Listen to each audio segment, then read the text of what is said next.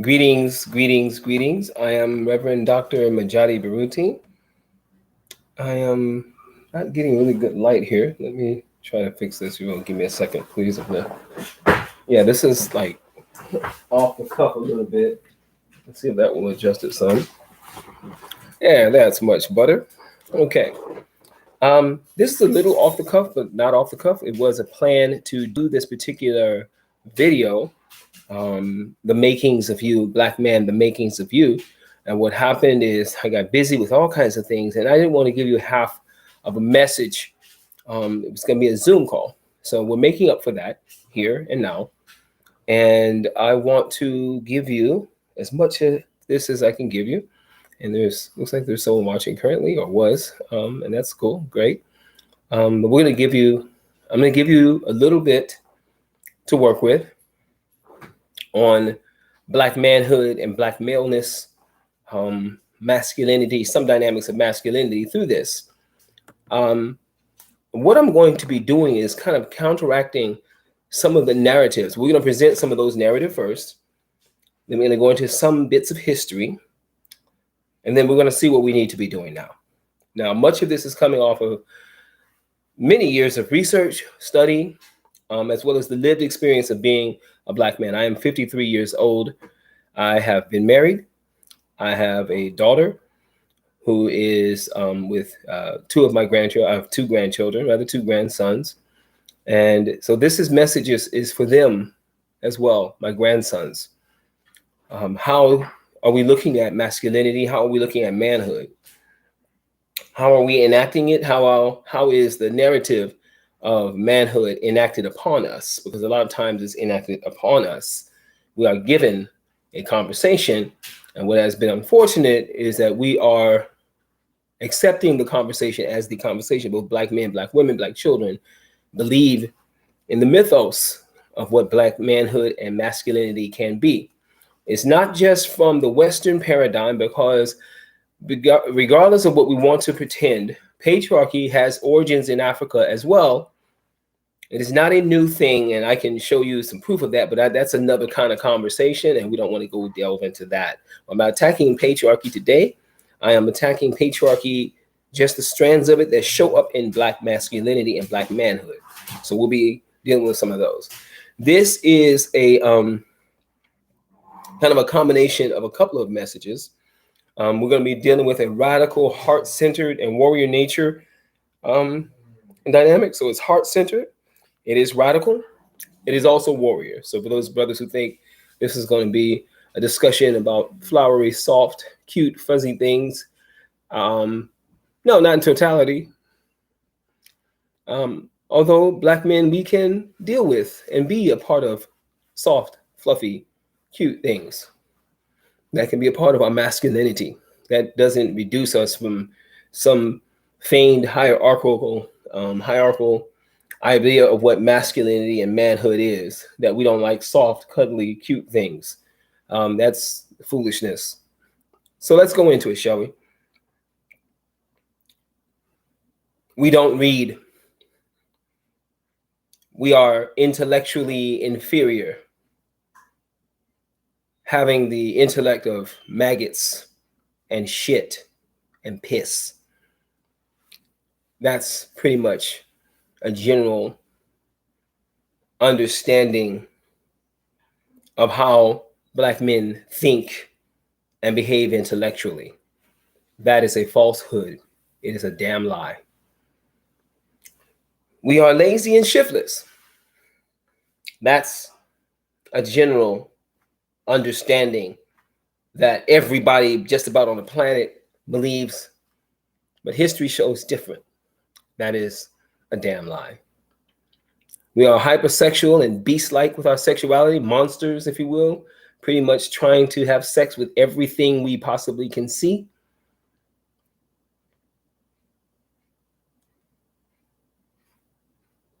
That's a damn lie too.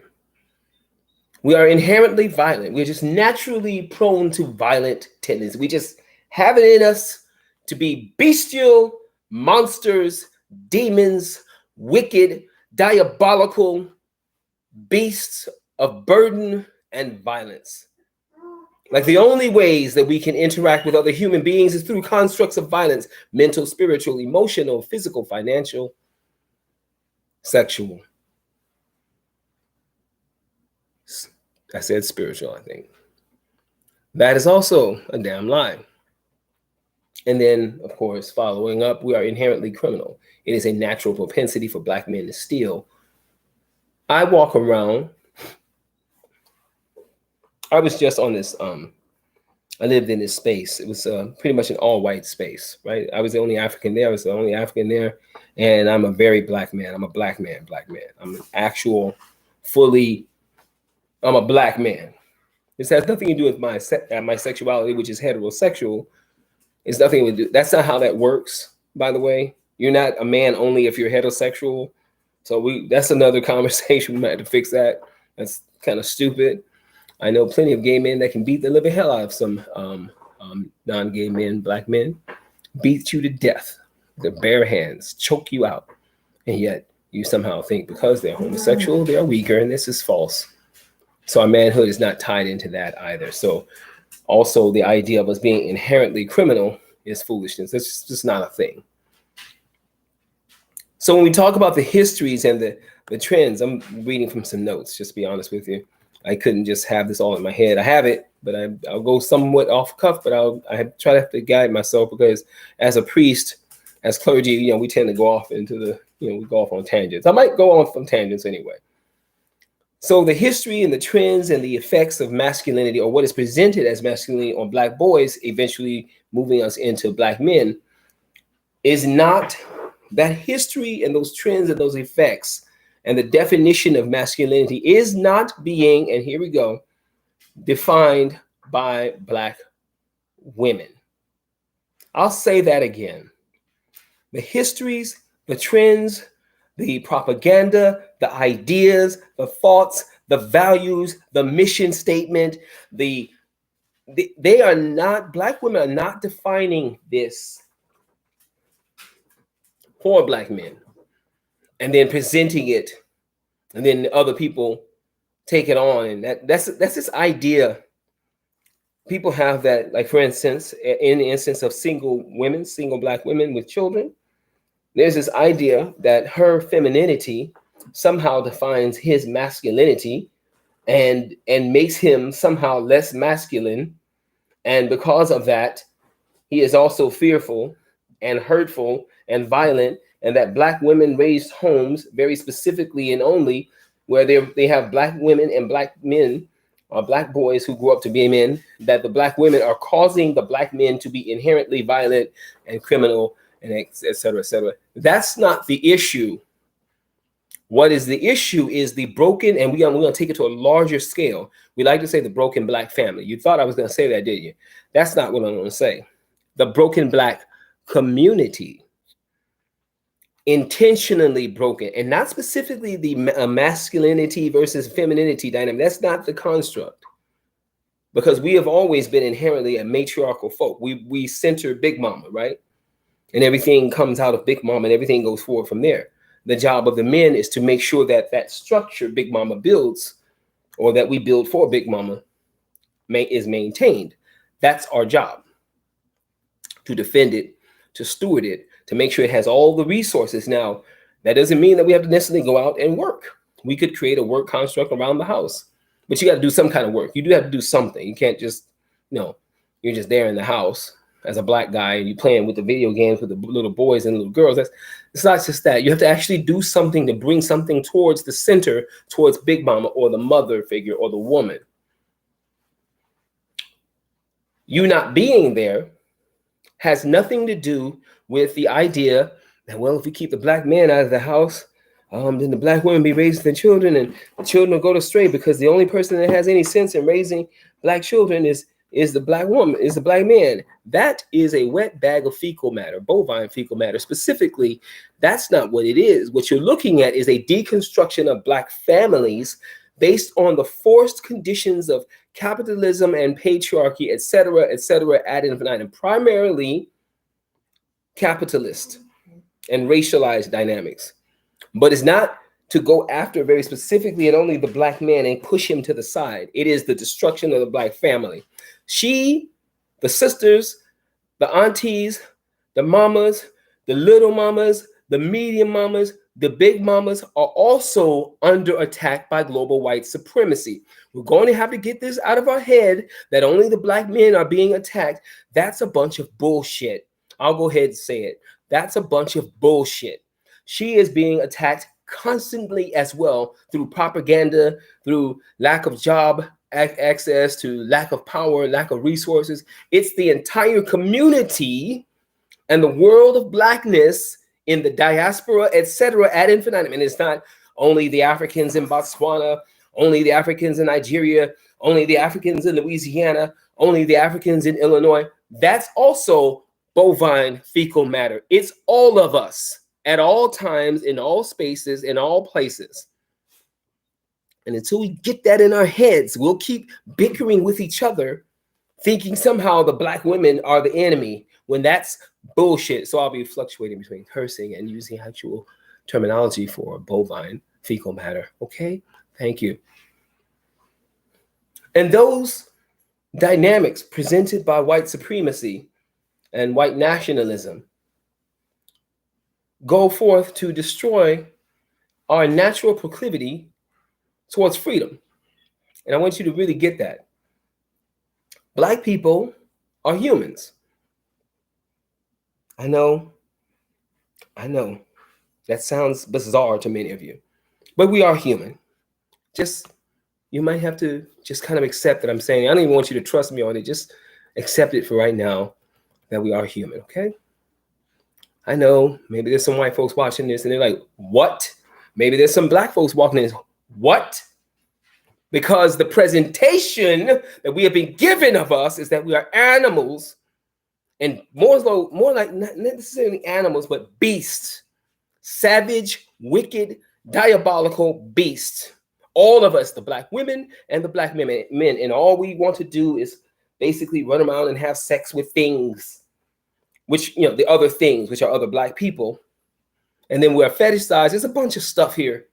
I'm not going to get too delve into that too much, but we've got to come to this understanding. What is the real makeup of black men in this context? We are not the beast. We are not stupid. We have an entire historical construct that proves that. But we have these self-defeating beliefs stemming from these false stories, and it's constantly replicated.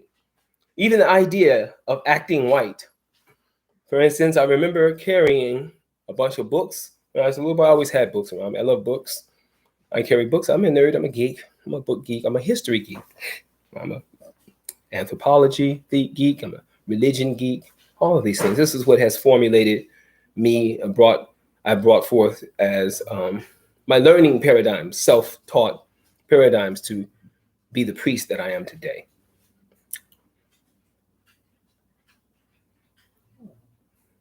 Carrying lots of books as a young man all the time. I remember getting on a bus one day, and I won't get into the whole story. I got on this bus one day, school bus, and one of the brothers in the back, he was a basketball player. He said, "Look at him. He ain't no real nigga. Look at all the books he got." I was defended by a black woman. It's always a black woman that comes to my defense, and often to other black men. Black women are always coming to your defense, putting up the house so you can keep your ass out of jail. Yeah. But somehow she's the problem. Whew. Wowzers. Anyway, sister stood up and she said, how come he has to be a nigga at all?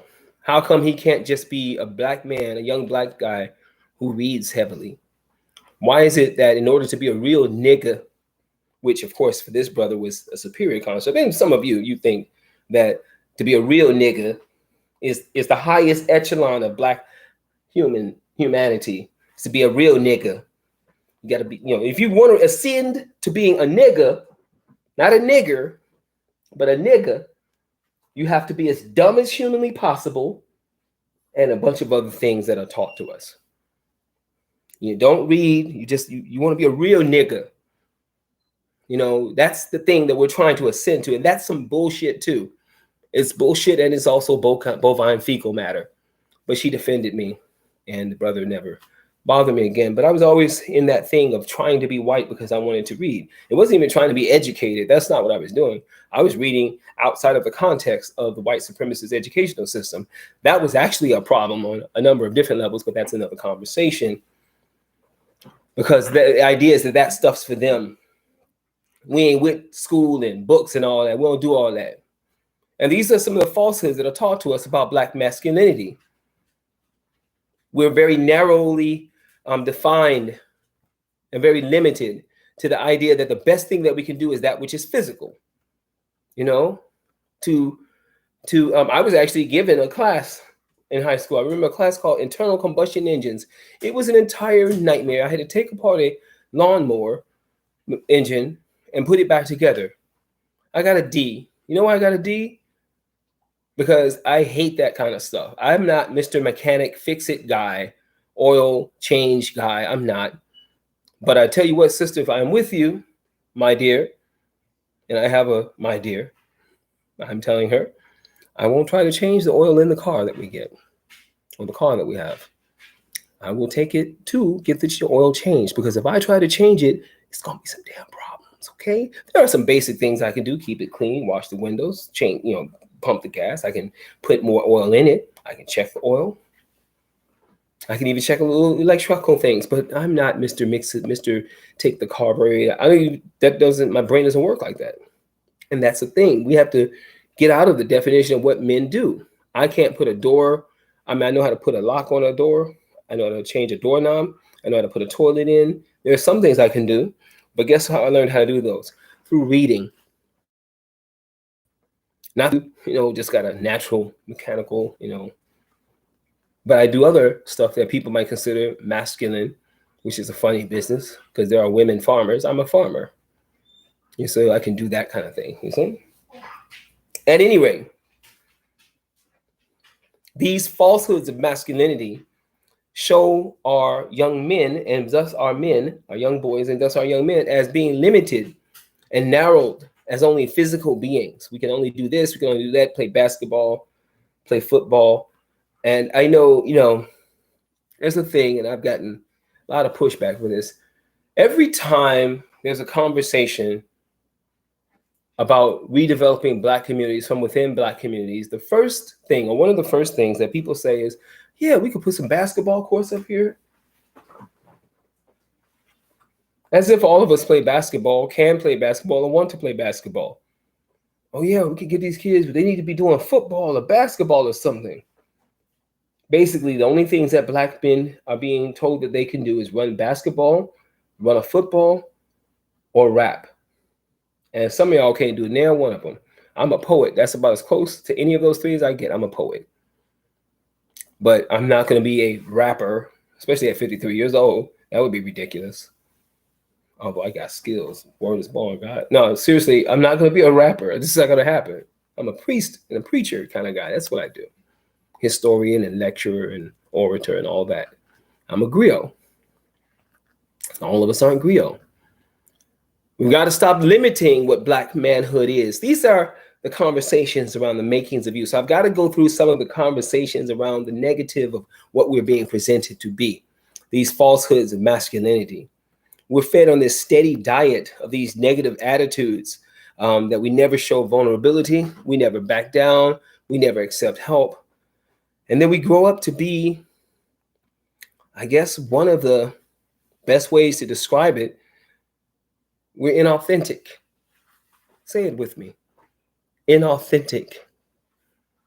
We're not being inside of our authentic, natural Black manhood. We're being a pretend and cartoonish mock-up of Black manhood. Now, sports are fine. Music is fine. What I'm actually saying, I don't want you to start, because people will misunderstand what I'm saying, even though I was clear. I thought I was clear. I am saying that is not the only things that we can do, and not all of the Black boys can do that. And not all the Black men want to do that. Not all the Black younger men than me want to do that. They don't want it necessarily. No, I can't run a football. You don't want me on your football team, and you damn sure don't want me on your basketball team. That's going to be a whole problem. You are going to lose. I'm going to end up doing things that's going to help the team, the other team. You don't want me on your basketball team. When it comes to strategizing Black community development and protection and defense, I got you. I got that stuff floating around in my head. I can defend the hell out of the community. I can help to construct what the communities could look like, cooperative working together and cooperative development. I got that stuff in my head. But do not ask me to be on your basketball team. You are going to lose. I guarantee you. Anywho, these false dominant stories of masculinity, that it only to be a real man, it's got to be in the sports arena, in the music arena, building, lifting things,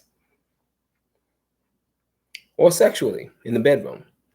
The whole mythos, the Mandingo mythos, right? And all of us have large penises and all this type of thing, and like bestial savages. Like that's the only word that we have. Forgive me, it's a little warmer here today. The climate is changing and everything's like, it's a little warmer. But that's not the totality. Those things are not the totality of what we are. Some of us grow flowers, grow plants. We build things around plants and earth. Some of us deal with prayer and meditation and spiritual counseling. And, some of us are griot. Some of us are planners and managers. Some of us are executives. We can do a lot of things. Some of us are fishermen. Some of us are plumbers. I've often compared being a priest to being a plumber. Somebody said, well, what's like being a priest, a spiritual priest, or a priest of African spirituality? I said, it's like being a plumber. They said, why do you say that? Because we're always cleaning up people's shit and piss. But primarily shit, a lot of shit. It's just like go into the pipes, your spiritual framework and your pipes, and they help you to clean the shit out of you because you got a lot of shit in you. I've been cursing a lot of this, haven't I? I'm going to keep doing it probably because I want you to get the points of what I'm getting at. Now, we're going to move and shift this a little bit. We're going to talk more about manhood. And I'm going to try to flip it back to show you the things that can be, maybe we ought to consider. I'm not going to say should be because that begins to limit who we are. And this includes all of the men in the community, regardless of how they present themselves. All of the men in the community. And I will leave that right there for you to define that on your own, okay? All right, because that's you. Y'all got all kinds of issues with sexuality and shit. I'm not doing all that with you, okay?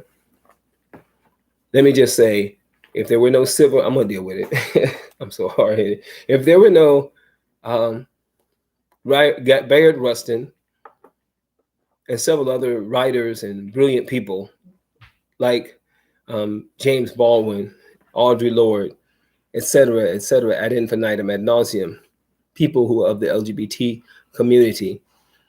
Some dynamics of the civil rights struggle and Black arts and Black Renaissance constructs of art and writing and intellect would not be here. There have been Black men who were in the Black Panther Party for self-defense who were gay. There were people who became Black anarchists. It's a whole thing. Maybe that's a whole other conversation. So when we talk about the makings of manhood, we're going to have to really either expand your mind or close your mind to some of the dumbass ideas you have right now about who can be defined as defending Black, as living Black manhood in our communities. Now I'm going to take you to Malcolm X as a prime example of this conversation. Okay? You ready for the ride? Here we go. In the speech,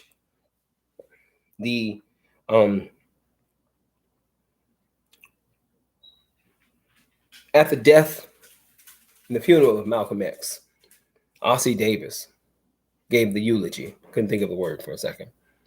And let me give you a little piece of it. Okay? Then we're going to use Malcolm's words. Malcolm was our manhood, our living Black manhood. This was his meaning to his people. And in honoring him, we honor the best in ourselves.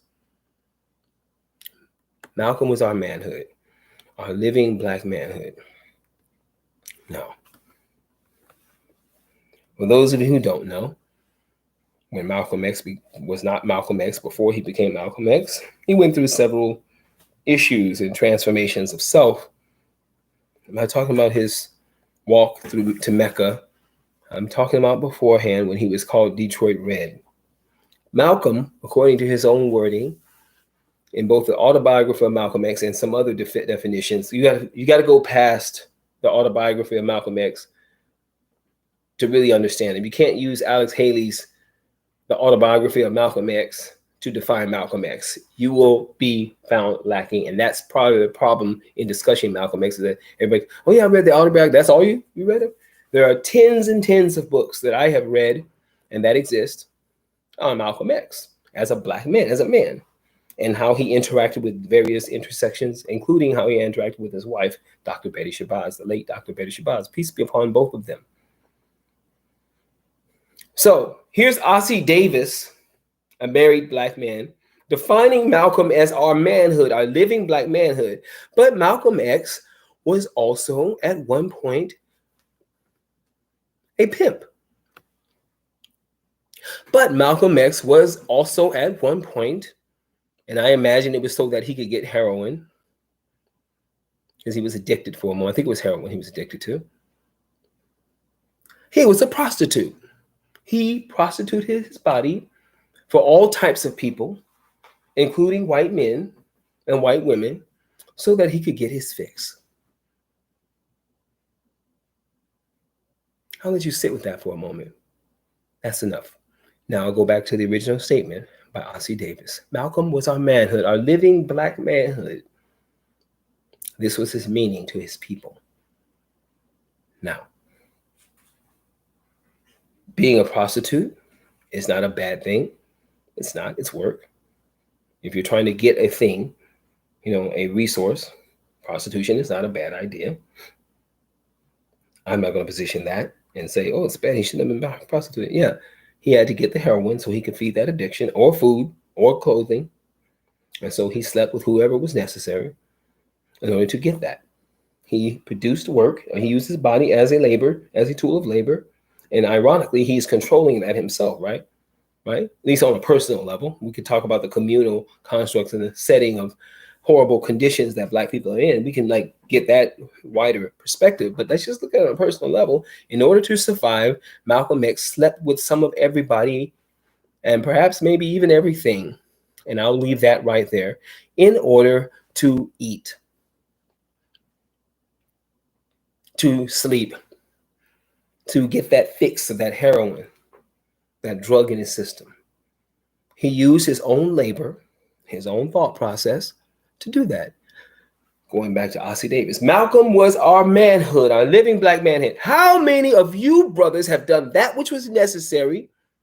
And we'll leave it there. I'm not saying prostituted yourself primarily. I am saying that which was necessary to survive.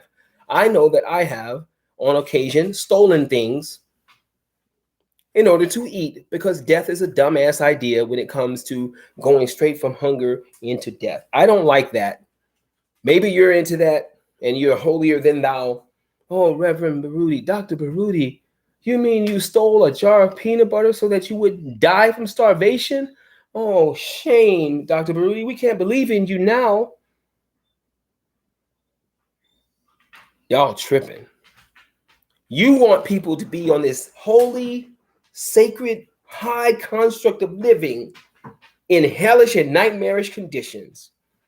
Malcolm sold his body to survive.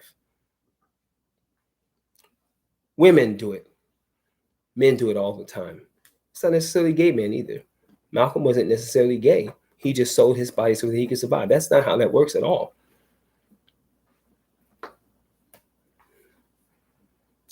And now I go further, using Malcolm's own words. This is Malcolm X's words. A man who believes in freedom will do anything under the sun to acquire or preserve his freedom. I'll say that again. A man who believes in freedom will do anything under the sun to acquire or preserve his freedom. Remember, the name of this message that I'm delivering to you is Black Man, the Makings of You. Malcolm X is saying that if you believe in freedom, you will do anything under the sun to acquire or preserve that freedom. You don't have to be a man to fight for freedom. I'm going to say that again, too. You don't have to be a man to fight for freedom. All you have to do is be an intelligent human being. So he associated intelligence and freedom. So as we go through and we're looking at the makings of Black manhood, and we think that somewhere a lack of study, analysis, thinking, reasoning, reading like not reading books, not studying, not thinking, not analyzing information, not listening to people who have the information, not listening to Black women, we think right now that that is some kind of definition of manhood, and that's a damn lie too. You are best defined in your Black manhood in the context of Black womanhood, in the context of Black matriarchal constructs, in the context of Black family and Black children. That is your best definition for your Black manhood in that context, and that context alone. You are not defined by challenging white men to corporate constructs. You are not defined by challenging white men to be a better form of white capitalist. You are best defined in your Black manhood by how you are relating to Black women and Black children. I had a sister told me, a wise, beautiful sister, she could sing too. Man, could she sing. Old friend, we've been friends for 20-something years. She said, you know, Brother Majadi. This is when I was Brother Majadi, right? Yeah, before Reverend, Doctor, and all that. She said, brother, she spoke really fast. She said, Brother Majadi, she was an older sister, a little bit older than me. I think she's a little older than me. A man is really best defined by the women with whom he associates himself. I was like, well, goddamn. That's how he's best defined? I was like, well, hell. And she was basically talking to me because most of my friends are Black women. And friends, I'm not sleeping with the Black women that I know as friends. They're not trying to sleep with me. We're clear. We have working relationships, communal relationships to work on building community, defensive community through activism, organizing. It's very clear. I'm not trying to jump their bones and they're not trying to jump mine. Maybe they find me attractive because I am cute. No, but I'm just kidding. But seriously, I'm focused on the work. They are focused on the work. We do the work. And it's great respect between us.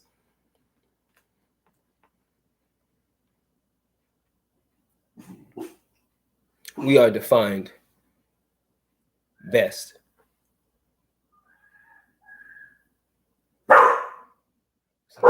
Some playing children playing outside.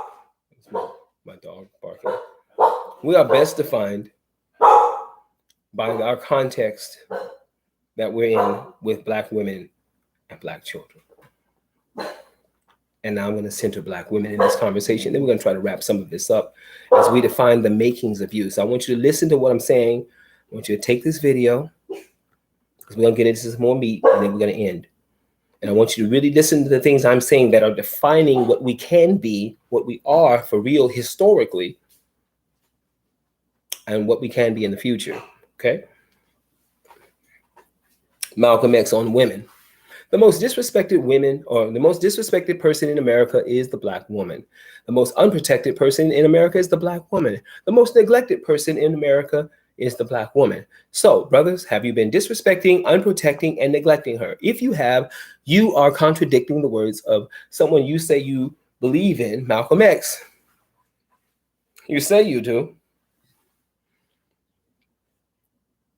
Y'all even got this bizarre idea. The Kevin Samuels man who died a little bit ago, I think he was like getting some kind of drugs and fix when he died. He was in sex with a white woman, I think. I forget how that goes. Anyway, this Kevin Samuels that these brothers like find to be this godlike construct, a Messiah, even to the ludicrous. Give me a second. the ludicrous idea that Kevin Samuels is a modern day Malcolm X. There's a couple things going on here. First of all, you're desperate and reaching for something that is not there. That is a mythos, and it's ridiculous, absurd. You can't even prove it. It also shows me that you have not studied Malcolm X in depth. And you got to go beyond the autobiography of Malcolm X. You got to go into a lot of different constructs, his political philosophies, the works of Dr. Yusef Clyde, Dr. John Henry Clark, who was a best friend or good friend with Malcolm X, who walked around with him and understood him very clearly. Dr. John Henry Clark, Yusef Clyde. I'm going to suggest that there are a set of books that deal with Black manhood or can help you understand Black manhood. Let me position this. I want you to ask me about them, but I'm not going to give them to you for nothing. I do work. This is my work. This is my living work. Okay. What I'm going to add, if you want this list of books and you want to continue with these messages, this one is for free. I will ask for a donation for my temple work to continue because I want to keep expanding and keep doing this. This is work I'm doing. This is work. Putting this together for you. This is work. So I'm asking for donations because there's some things I need to do in the future. And I'm trying to construct some things around my life. And this work is work. It's a lot of work. Okay. All right. It's a lot of work. Let me go back into the messaging. The most disrespected person in America is the Black woman. The most unprotected person in America is the Black woman. The most neglected person in America is the Black woman. This is Malcolm X.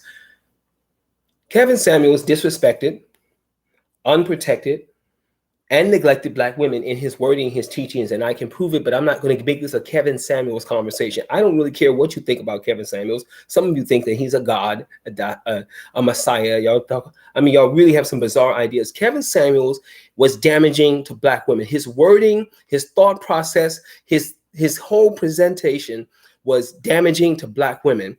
Malcolm X said the most disrespected, unprotected, and neglected person in America is Black women. Kevin Samuels and all of the brothers that lean in towards that idea of a Kevin Samuels and those thought processes are also disrespecting, unprotecting, and neglecting Black women. You are a problem. I don't care about your little male. I don't care. You are a whole problem. We can fix it. We can transform this thing. We can change this thing to be in league and in context of our Black women. We can. You have the makings of you inside of you to do exactly and precisely that, but you're going to have to go a little deep, a hell of a lot deeper into some damn Kevin Samuels, dissing Black women, telling them that they're low value, and after 30, if they have children, they're fat, and all these things, all these damning things that you say to Black women constantly, consistently, persistently, insistently. You are the enemy. You prove yourself to be the enemy. And what I'm trying to get you to do is to not be Black people's devil. I denied teaching these types of things for over 20 plus years. Do you know why? Because you're so hard-headed.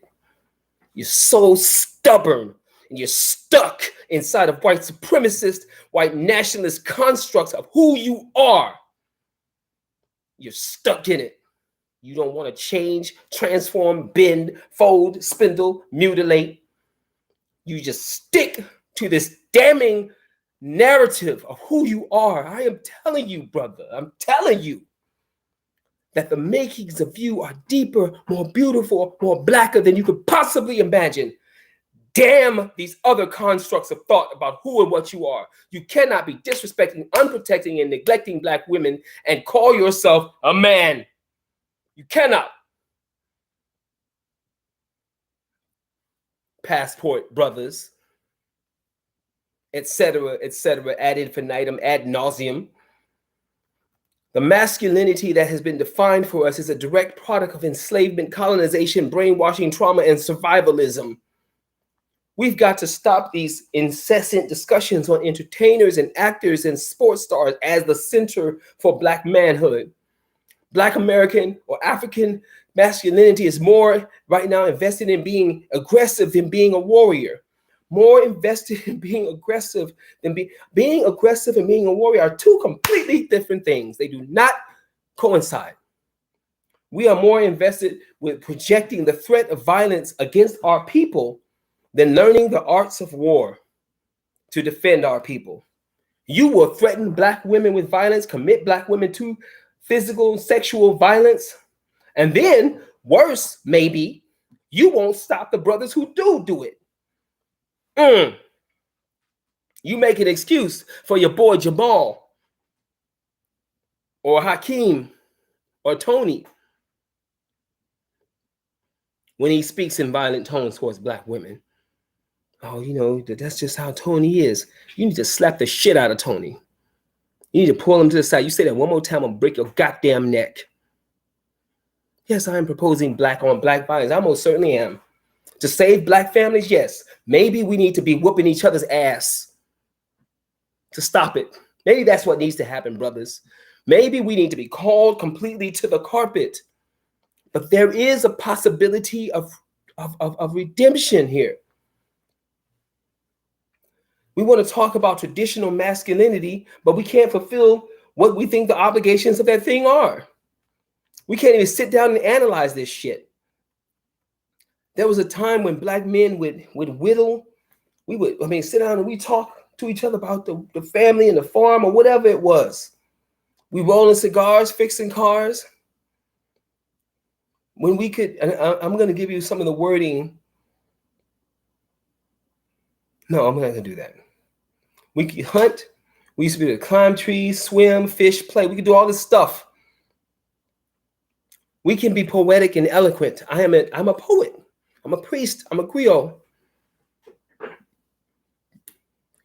There was a whole set of music in hip hop music, the musical aspect of hip hop, because hip hop is an entire culture, where we were defining Black manhood by revolutionary consciousness. Now we're talking about bitches and hoes and sluts in the club. That's manhood. And then we look at brothers who love the Black women, like the brother who is married to Ciara, the singer. I can't remember his name. I think he was a former football player or something, or is a football player. I can't remember these names of stars and stuff. I can't. I'm sorry. But y'all call him a simp, which basically you're saying he's a sissy and a punk because he loves her. Y'all are out y'all damn mind. Y'all out your mind. We got to get back into our minds and stop being out of our minds. I love Black women, so call me a simp too. Rather that she be with a simp than someone who hates her damn guts. You hate your mama, you hate your auntie, you hate your sisters, and if you got daughters, God has blessed them that they born to you.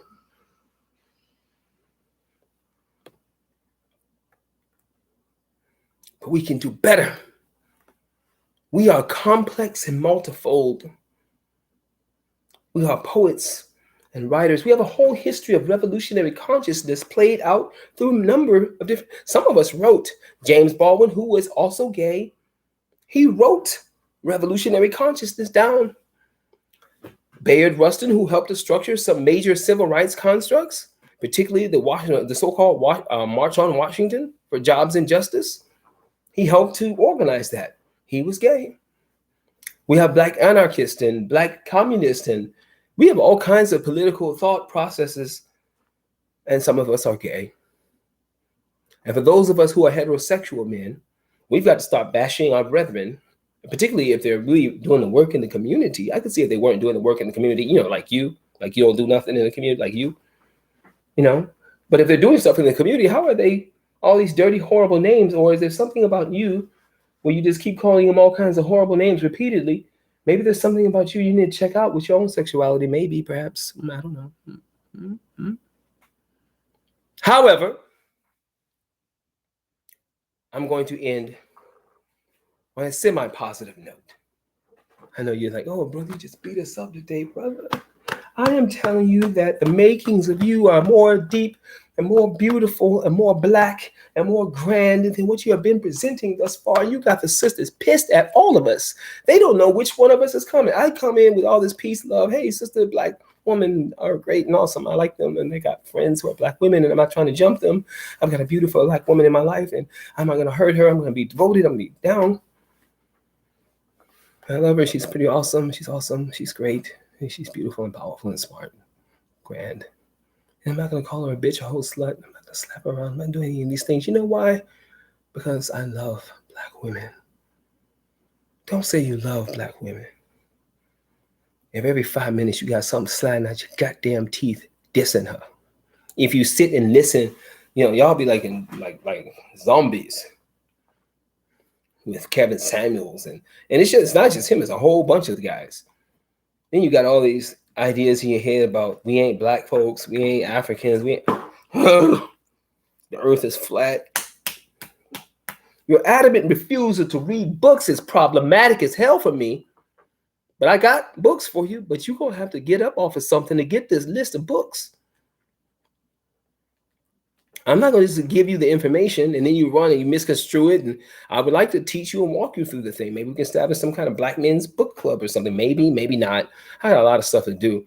I've denied this kind of work for 20 something years. Sisters keep asking, you need to teach history or some classes for black men. Yeah, but they hard-headed and they hate y'all. They keep evidencing it. And the brothers that don't fight in it, like me, fight against it, like me. I got a brother named Mustafa Makhdi. He's a dope-ass nigga. I'm dope-ass brother. I'm sorry. Got real ghetto for a second. He's a dope-ass dude. He out of Georgia. Dope dude, man. He constantly like hammering on what black men should be doing and can do. Yeah, I still got some Chicago hood in me, just a little bit. So y'all forgive me for that. I almost slipped one out. He a dope brother. He cool. And he's constantly pressing what black manhood could look like. And I got some other brothers that do that too. Got a brother here named Bomani. He exhibits the thing. He lives the thing. He walking around living the thing. There's a bunch of us. There's a few of us. But we up against a whole army of brothers that can't stand black women and hate black children. And what I'm saying is a possibility, brothers, that you can come back to the fold, and I'm going to give you some things by which you can do that. Again, I have a list of books, but I need you to drop some kind of donation to my ministry so I can keep going, because this is very difficult work. It is work. I'm working right now. Work equals, force times acceleration? Force equals mass times acceleration. I think that's how that goes. I'm not a physicist, but I think that's how that goes. I'm exhibiting work. So I need you to help me out here. And then I've got some things I've got to do. I'm supporting some things around black women and black womanhood through my ministry, Udja Temple. That's what we do. We need to understand the complex of things, the complexity of the things that are geared to destroy us. That's a thing. That's a major thing. We need to do more study on the origins of white supremacy, the origins of heteropatriarchy, the origins of the militarized concept of manhood and maleness and how it's projected into the earth. We need to have a deeper conversation about what that looks like, going back into a historical construct and see where we are right now. We need to focus on life-giving ideas and actions, life-giving. Like, what are you saying? What are you doing that gives life, that preserves life? Beginning with mother. We need to center mother, the black woman, even if she is not physically a mother. Not all the sisters have to be a mother. That's a thing. They can decide that for themselves. You don't have to be deciding that for them with your little religions. But we need to center black women in our communities. These are things that we can do, and take responsibility for the things that we do to ourselves and to others in the family group around us. Yes, take some personal responsibility. I hear that all the time, and I'm like, these brothers are not trying to take. I keep saying this 20-something years since it's been asked. Reverend, you should teach a class of black men. I'm trying. It's like pulling teeth through a monkey's ass. It's really difficult. Y'all rough, man. Y'all rough. Your absolute adamant hatred of black women and yourself and your children look just like you. Little Johnny, little fat, and them look just like you. You like, hey, my kid. Yeah, he is. He got the same big, gigantic nose that you got, the big African nose that you got. He talks just like you. He run around holding his crotch, calling women bitches and hoes just like you do, and he's 6. That's you, bruh. So we've got to focus on life-giving ideas and actions. What things do you have in your life? What things that you are expressing in your life? How do you live where you are giving life, where you are bringing forth a living construct, where you're bringing forth living dynamics, things that enhance life? What are those things? Do you have them? Maybe not. And that's, if you don't, you don't. You need to get them, and we can figure out that together, perhaps. The immediate family with your mother. If you have children, the mother of your children, not your baby mama. Y'all gonna have to let that stupid ass term go. That's a dumb term. Your baby mama. That's not what we're talking about. She is the mother of your children. She's not your baby mama. Y'all gonna have to let that go. That's really dumbass idea. And we keep my baby mama, my baby mama, my baby. I don't want to be a baby daddy. I am a father. I am a black man and a black father. And black fatherhood is the dopest fatherhood on the planet. I'm that. I am that. I ain't the baby daddy. I have children. I am a man. We've got to take responsibility for the things that you do to yourself and to other people in the family group around us. That's another thing. You have to we are going to have to reintroduce black male rites of passages. Stop talking about these things. The brothers keep saying this. Y'all get together and you get the panel. We need to have some rites of passage, brother. That's a good idea, brother. Shut up and build them. Shut the entirety of the hell up and make it happen. Stop talking and get to walking. Do the work, man.